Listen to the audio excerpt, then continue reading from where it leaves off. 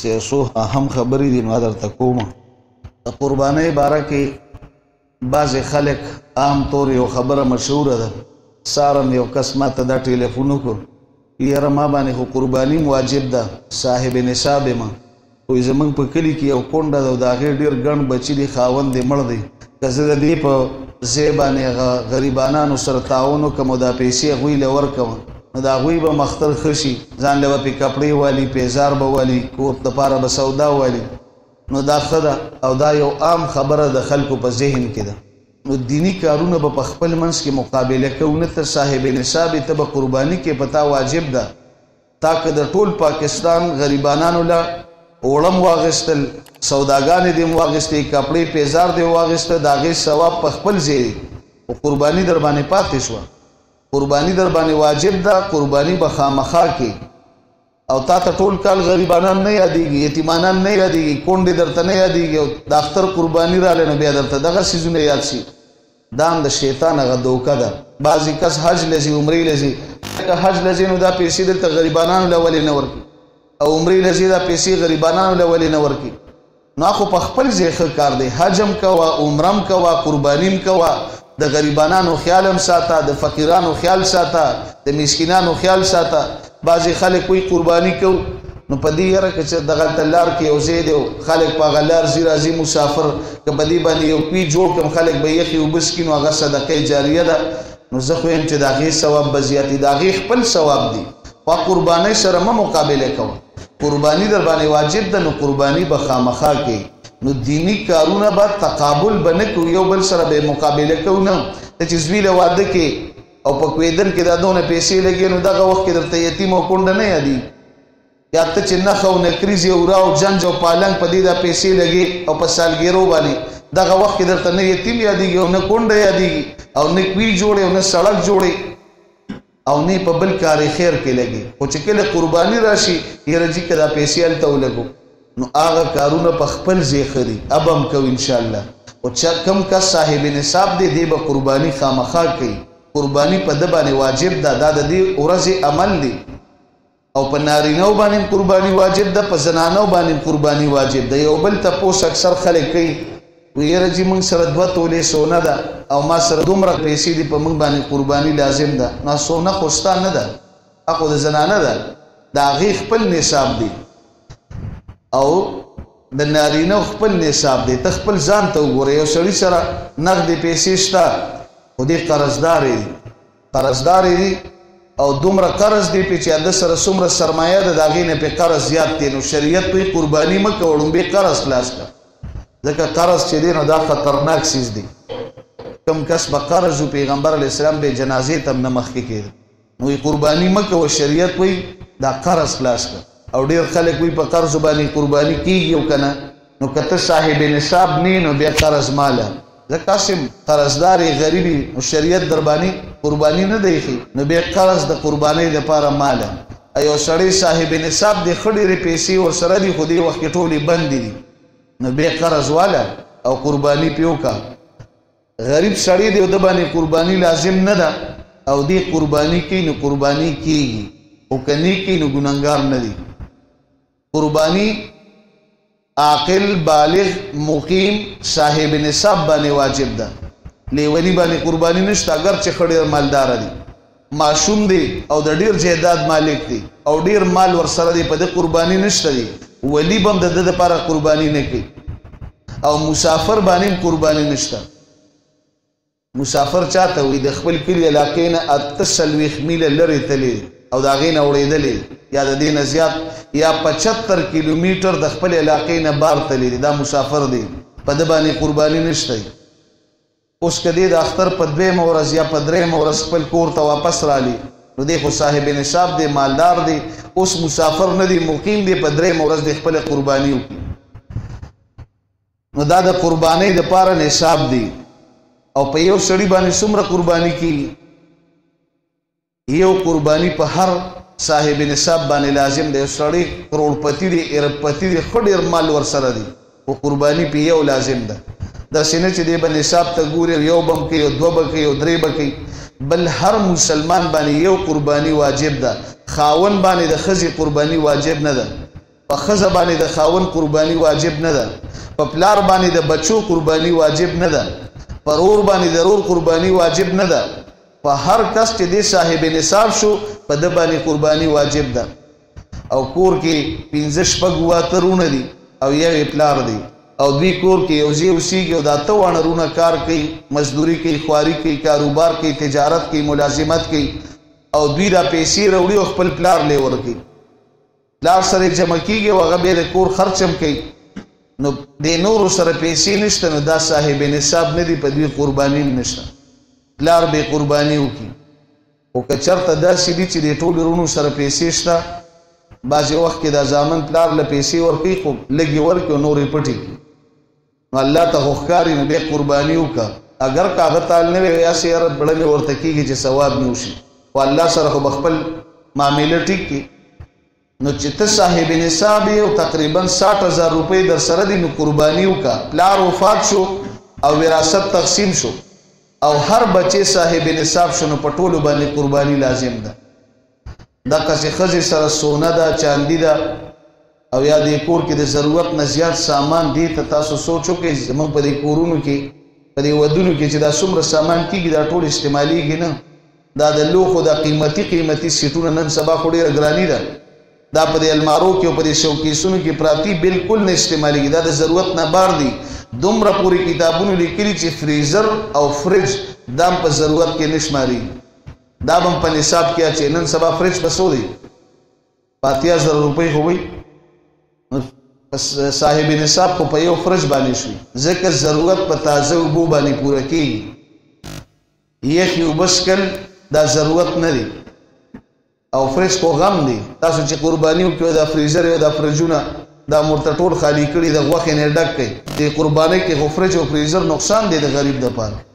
نو فرج درکاره شته نو ته صاحب نصاب یا په دې کور کې لیپټاپ یا کمپیوټر یا دا هغه لوښي چې هغه نه استعمالېږي دا د ضرورت نه بار دي نو دا به په نصاب کې اچي. داسې د 3 جوړو نه زیاتې جامې نو که دې ته هم سوچ وکړو زموږ د زنانو څومره جامې دي.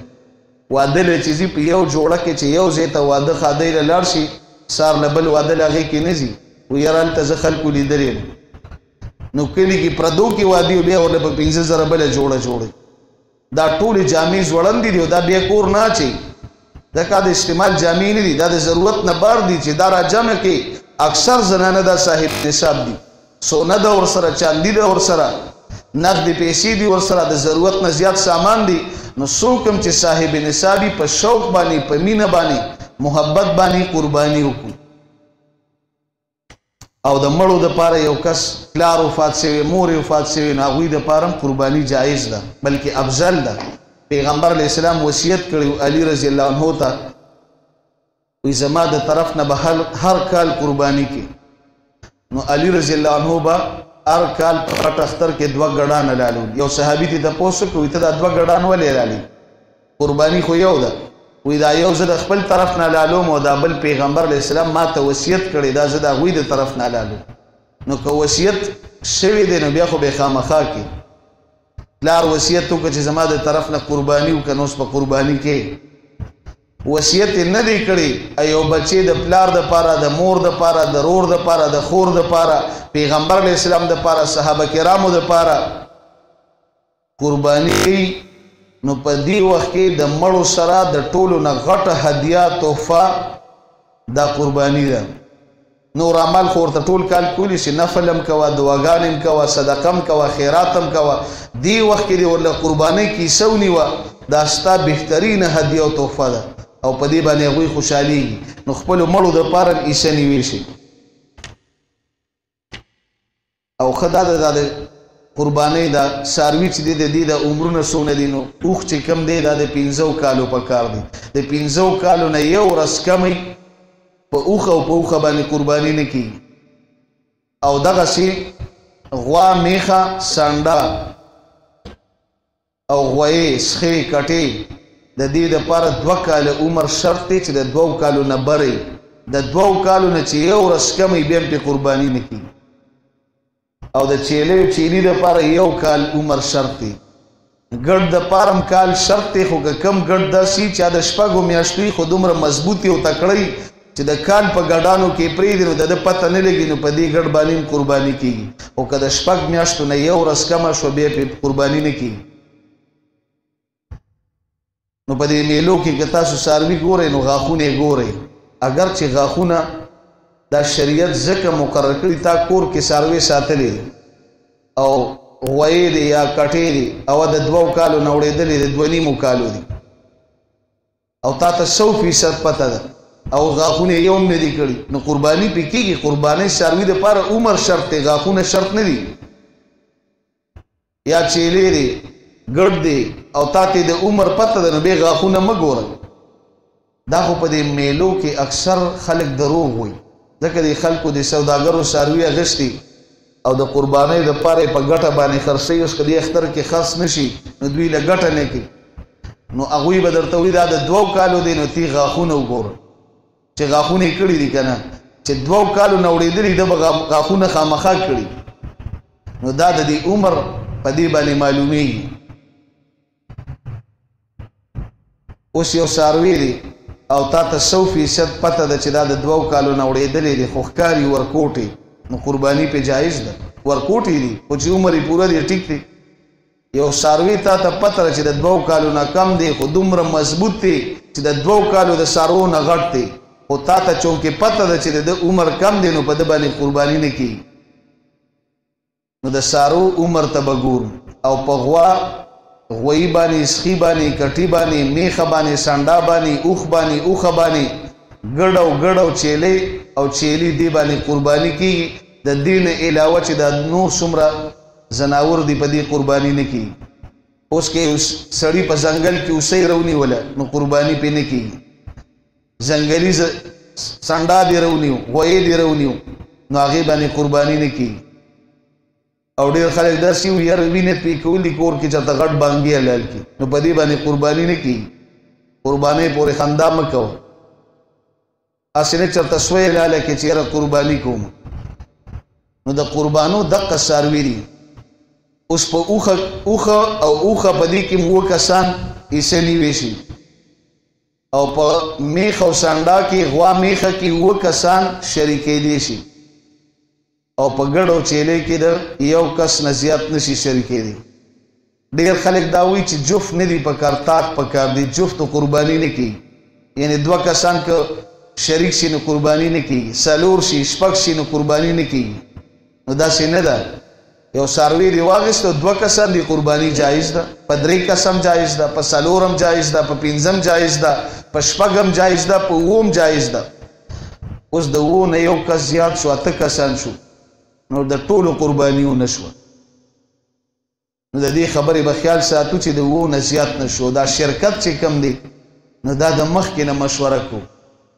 څاروي چیلو نو کسان مخکې نه تیار کو چې هلکه په شریکه قرباني کو، 1 2 3 4 5 6 موږ 9 کسان څاروي یلو یو ځای به قرباني کو.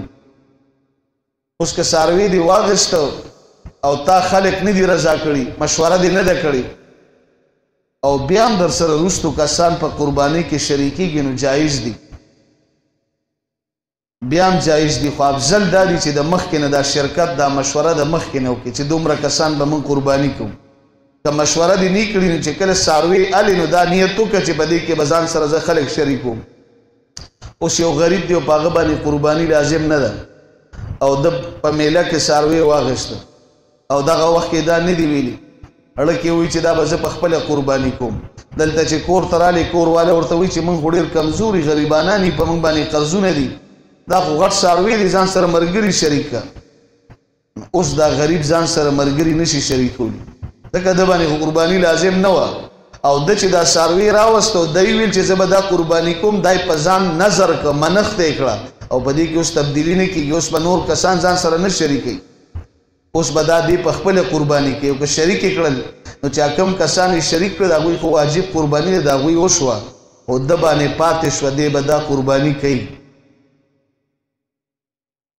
د دې خبرو به خیال ساتو. شرکت د دې دپاره د مخکې نه مشوره وکړو چې دونه کسان به قرباني کړو، دا څاروي بالو، ښه مزېدار څاروي والو، اخلاص سره قرباني وکړو او قرباني در باندې واجب ده او دې نه کړه نو الله خو ګوري. ابراهیم علیه السلام خپل بچی قرباني کړی او ته د عام د مال قرباني نشي ورکولی نو بیا دا ټول کال مخکې پروت دی دا زمونږ کورونو کې دا بیمارۍ دا پریشانۍ دا تکلیفونه ازمایښونه امتحانات او دا ډاکټران او دا لیبارټرۍ او دا ټیسټونه او دا د رزق تنګسیا دا به راباندې بیا راځي دا پیسې به درنه په څو چنده بیا وځي نو دا قرباني ښه په اخلاص باندې وکړو د الله د رضا دپاره وکړو چې الله رانه خوشحاله شي د غوښې نیت به پکې نه کوو او دا به هم نه وي چې غوښه به زه کور کې جمع کومه او بیا به 6 میاشتې استعمالومه لږه لږه ترکارۍ کې به ترې لږه لږه اچوم داسې مه کوئ دا قرباني خو الله لازم کړي په دې صاحب نصاب باندې چې چم ګاونډ کې څومره غریبانان دي کونډې دي یتیمانان دي چې هغوی ته غوښه ورسي نو دې کلیو کې خو ماحول ښه دی ماشاءالله دې ښاریو کې اکثر داسې زه ته 400 خبره کوم په 400 کې هلته داسې چلي چې دا خلک قربانیو کې اکثر غوښه ټوله کور ته دننه نو دا غریبانان چې دوی دا ماشومان په دې کوڅو کې ګرځي یو کور ته ورځي قرباني کړې لږه غوښه راکړي په دې به الله څومره خفه کېږي دا قرباني وکړه ټوله دې سټور کړه او فریزر کې خو دا قرباني دې ته وایي نو داسې به نه کوو د امیر صاحب چې قرباني وکړي د دوی دا ترتیب مې ډېر خوښ دی پورا یو لیست جوړ کړي او د کلي د هغه سر نه شروع کړي د هغه بیروړي د کورونو نه او داسې دا دې خوا کورونه او ټول نومونه یې لیکلي او بس خلک روان او د کلي هغه بل سر ته یې ورسي وس چاله الله ورکړي نو داسې خوند کوي په دې الله خوشحالېږي نو دغسې به کوو داسې هم نه چې چم ګاونډ کې د غریبانان دي او ته د قربانۍ غوښه په رنګ روډ باندې د لور واده ده او ماشوم له دې ورکړه چې دا هغې له ورسو دا الله ته ښکاري نه ستا په ګاونډ کې یتیمانان دي کونډې دي غریبانان دي او تا غوښه دومره لرې ولېږله د زکات پیسې به هم لرې نه لېږي هغې ته به سوچ کې چې ستا محله کې کلي کې علاقه کې چم ګاونډ کې غریبانان دي مسکینان دي فقیران دي کونډې دي د دوی خیر خبر واله دوی ځان سره په دې خوشحالۍ کې شریک کا نو د دې خبرو به خیال ساتو او ډېر روشن خیاله وایي چې پاکستان خو هسې برباد دی او ډېر بحران کې روان دی او دې قربانۍ سره به نور هم خراب شي په لکونو څاروي به حلالېږي او دې سره خو به ملک نور هم خراب شي نو ښه دا ده چې دا پیسې دا قرباني مه کوئ او دا پیسې غریبانانو له ورکوئ څه کار کې ولګوئ فقیرانو مسکینانو له ورکوئ لاره پې جوړه کړئ سړک پې جوړ کړئ کوی پې جوړ کړئ چېرته کار خیر کې ولګوه قرباني مه کوه قربانۍ سره معاشي بحران نه راځي قربانۍ سره به برکتونه راځي د الله حکم پوره کېږي الله به خوشحالېږي د الله رحم به موږ ته متوجه کېږي امن به راځي چین به راځي سکون به راځي خوشحالي به راځي سوکالي به راځي ارزاني به راځي او د رزق دروازې به راباندې الله کولاو کړي نو دغه خبرو کې به نه راځو انشاءالله ټول به قرباني کوو الله دې په دې ټولو خبرو د عمل کولو توفیق راکړي او الله پاک دې دا کمې مبارک شپې ورځې دي اوس هم له اختر ته تقریبا اختر شته ډېرې مبارک شپې ورځې د ذوالحجې هره ورځ روجه د یو کال د روجو برابر ده هره شپه د لیلة القدر برابر ده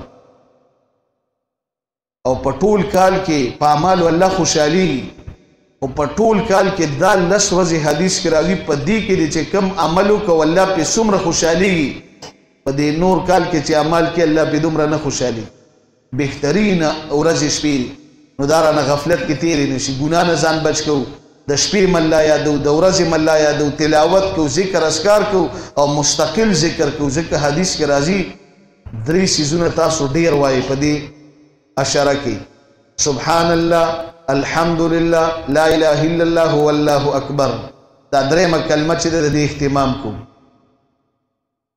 الحمدلله لا اله الا الله والله اکبر د دې اهتمام کوي خدا درېمه کلمه وي سبحان الله هم پکې راځي صلات تسبیح کو صلات حاجت کو صلات توبه کو د جمع د منځ اهتمام کو او روزانه وی صدقه کوي که د قجورې ټوکړه ولینی روزانه صدقه کوي ځکه ثواب ډېر زیات الله دې په دې ټولو خبرو د عمل کولو توفیق راکړي ربنا ظلمنا انفسنا وان لم تغفر لنا وترحمنا لنكونن من الخاسرين اللهم استر عوراتنا وامن رواتنا اللهم انك عفو كريم تحب العفو فاعف عنا يا غفور یا د الله د دې مسلمانانو د حاضري قبول کړي، دا ناستې قبول کړي، دا اورېدلې قبول کړي، دا دعای قبول کړي. زړونو کې کوم شرعي حاجات دي الله د خپل غیبي خزانو نه پوره کړي. الله ټولو له د قربانۍ توفیق ورکړي، د حلال روزي نصیب کړي، د حلال رزق زموږ د ټولو نصیب کړي. او یا الله دا قربانۍ د خپل دربار کې قبول کړي. او یا الله دا ذوالحجې دا مبارک شپې ورځې دي الله د خپل منشا مطابق د عبادت او توفیق راکړي، استعداد راکړي، توفیق راکړي. او یا الله اعمال په خپل دربار کې قبول کړي، رحم وکړي، کرم وکړي، د ټولو مغفرت نصیب کړي، بیمارانو له شفای کامله ورکړي، قرضداران د قرضونو نه خلاص کړي، بې روزګارۍ په روزګار بدلې کړي، د چا روزګار شته برکات پکې نازل کړي. او یا الله څومره مسلمانان وفات دي د هغوی مغفرت نصیب کړي. او یا الله د ټول امت مسلمه مغفرت هدایت نصیب کړي او د ټول مسلمانانو حافظ او ناصر شي. وصلی الله تعالی علی خیر خلقه محمد و آله